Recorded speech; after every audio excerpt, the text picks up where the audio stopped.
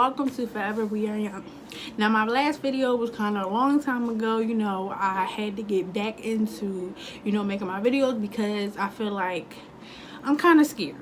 I'm scared to publicly, announce all my stories, share them. Even though this is something I want to do, it's very scary to, tell everybody about the story, that feelings that I had of my life. And, I've never really publicly came out about it. So this story I'm about to tell you is, other people know, but I haven't came out about it and every feeling that I had about it. Mainly starts about how everything came about and how my thoughts and feelings about making this YouTube channel be more great than what it is. Okay, let's start off.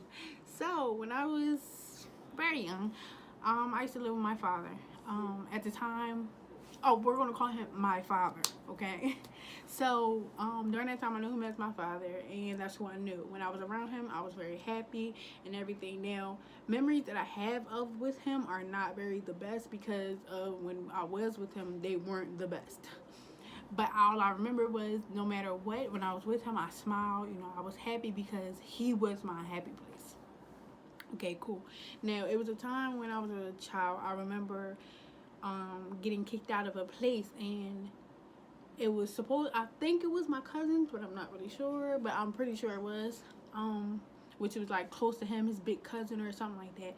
And I remember standing at the top of the step, and my dad was down the hallway with another guy, and the other guy was just yelling at my dad, and one word that really stuck out to me was he was calling him a faggot.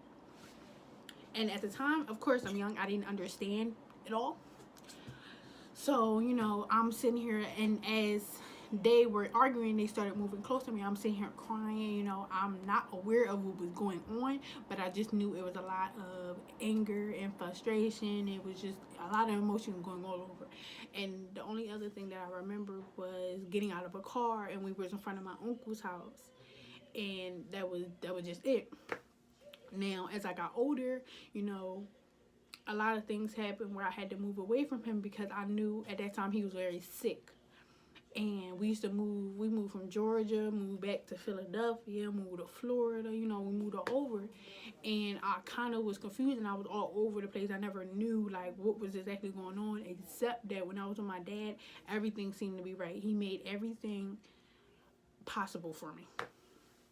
Okay, as I got older, I was moved to Florida with his sister, out of a house that he left. Basically, he left me with the family that he knew that would take care of me, because at that time he was too sick to take care of me.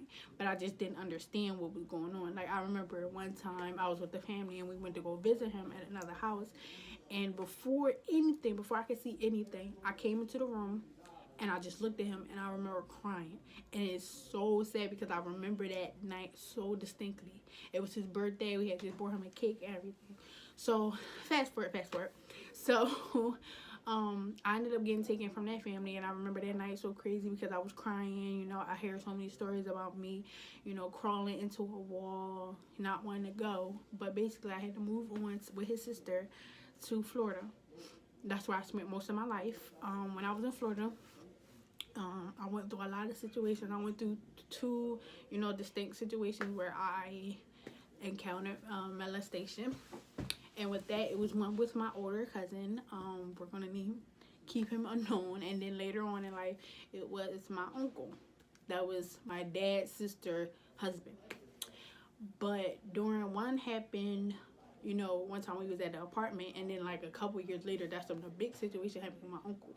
Now, when it happened with my cousin, my aunt, she was terrified, she was crying and all of that. So, and she confronted me and comforted me in that whole situation. I'm sorry. So we moved to a house, and that's when the situation with my uncle came about. Him coming into my room. I don't know what happened. All I know is he used to stay on the couch, and I believe they got into a really big argument, and where he couldn't sleep in the room anymore, he had to sleep on the couch. So in the middle of the night, he would come into my room, and however that happened. And then at one point, my cousin, one of my close cousins, he was staying with us, and I remember he was my safe haven. Like, we became so close. Like, and it was so sad because he stayed in, they had a daughter, but she never slept in her room. So she used to sleep in the room with them, and he used to sleep in her room. And the way they was set up, it was my room, and then it was the bathroom. But the bathroom and the little girl room was connected, and there used to be two doors. We used to purposely leave the door open to, prevent anything. Like, if he heard me, he would get up, try and help me or anything like that. And every morning that we used to wake up, the doors used to be shut. And it kind of scared me because I wasn't aware of like what, like, I didn't know if he was coming into the room, like my uncle was coming into the room, watching me or anything. And it was just really creepy. So at one time, my uncle had, not my uncle, my cousin had to leave. My cousin had to leave because it got to a point where they didn't like him. My uncle didn't like him for whatever reason. They didn't like him. So he ended up leaving, and I felt like everything just crashed. Like, everything just got so bad. So it came to a point where I'm like, okay, I'm very close to my aunt. I wanted to go talk to her, express my, what was happening between me and my uncle. So I remember this day, like it was yesterday. I came into the room, sat on the floor, and in their room they had a chair in the corner. And I sat there and told her. And she was quiet for a minute, and she sat there and cried. And after she cried, she said, come here. So I came here, I came to her. She's like, I don't want you to ever tell anybody this story. And I was so confused because I'm like, this is happening to me and you're not doing anything about it, but instead you're defending this man. You're defending this man like my story isn't, true. Now, don't get me wrong. During the time, I went through a very emotional time because a lot of kids around me were getting everything that they wanted. During this time, PSPs was hot. This when Game Boy and Nintendo DS was coming out, and I couldn't get those kind of things. So I used to steal and I used to lie about it. Of course, I'm a child. I used to get caught.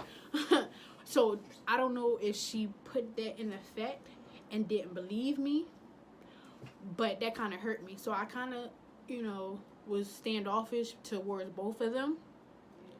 And of course, my uncle was still doing what he was doing. So it got to really a point where I was just so fed up with it, where I had to go to school and tell them. And it was so crazy because his teacher, I used to hate him. His name was Mr. Smith. I'll never forget it. And he used to always get mad. And when he got mad, he got real red. And he has that red hair, so he used to look so funny. I don't know why I remember that, but I just remember that so bad. And I remember going up to him and telling him, and his whole expression softened. Like, it's like a whole nother side of him I've never seen. And I remember that night because he ended up calling. No, he told the counselor, and the counselor called the police, and the police came to my house that night, and it was a whole big deal. And during a certain time, it was like a couple months where my uncle could not come a certain length to me. Like, he couldn't be in a certain length with me. He couldn't be in the house with me or anything like that. But my aunt, during that time, she hated me. She literally hated me. Nobody talked to me in that house. They blamed me for everything. And I remember one time my grandma lived with me at the time too, and she blamed me. She's like, that's why, you're the reason why he got to live around the corner and not be here. He can't be with his daughter. All this, and I was just so hurt. Now, I mean, everything ended up getting solved, and now it's kind of a happy story, but it kind of damaged me in the long run. But during that time, we went to court. And they dismissed the whole thing. They dismissed the whole case because there was no proof about it, and they brought up the evidence that I used to lie and steal. So the court believed that. Now, all of that, I had to move up here to Philadelphia, and basically that kind of shaped me to be a little cold-hearted to women.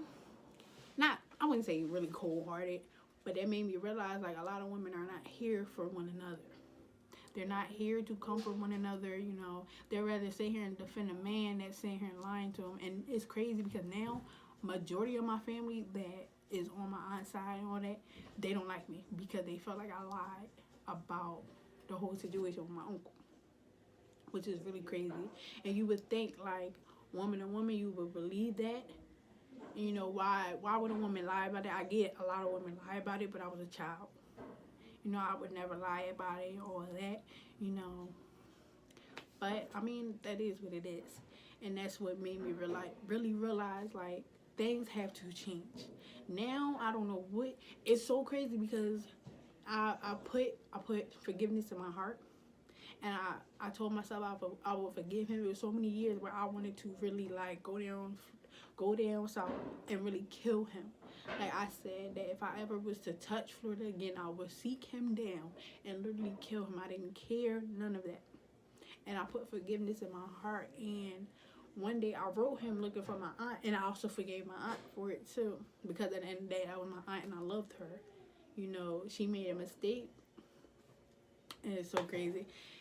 She made a mistake, and I just thought, you know, I could forgive, I could be the better person, even though in all reality they should be the bigger person. And I remember my uncle wrote me a message, and I literally had it in my screensaver for like a good year, a good 1 or 2 years, and it basically said like, we found God and we wanted to move on from that, and God will forgive us for all that we done. We tried to help you and all this, and you did this, you did that, and all that. And that really hurt me.